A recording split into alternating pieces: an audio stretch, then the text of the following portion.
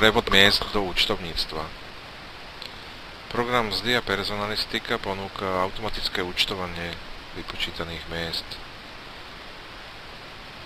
Ku každej mzdovej zložke v číselníku druhom mzdových zložiek máte nastavené účtovanie mzdovej zložky pre syntetický účet pre zamestnancov, analytický účet pre zamestnancov a syntetický účet pre spoločníkov a konateľov a ich analytický účet. To je jedno nastavenie účtovania. A potom ešte v bode nastavenia služby účtovanie miest máte nastavené účty pre účtovanie odvodov do fondov sociálneho fondu a protiúčty miest zamestnancov a konateľov.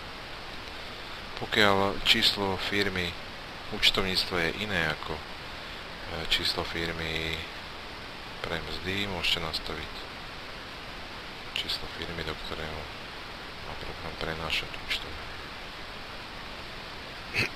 Po ostrom spracovaní miest potom, keď potvrdíte bod programu mesačné spracovanie prevodu účtovníctva,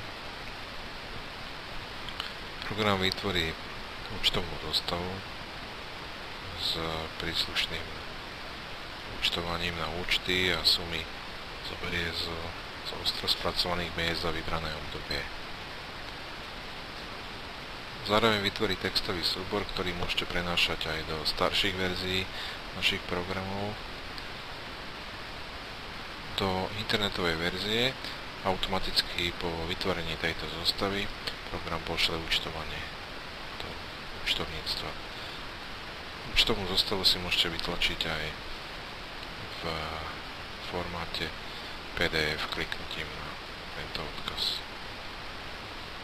Máte zostavu v formáte PDF, ktorú môžete zase uložiť na disk alebo posielať mailom, po prípade vytlačiť.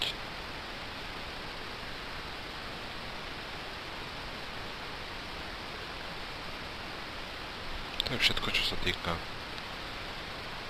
účtovania automatického miest.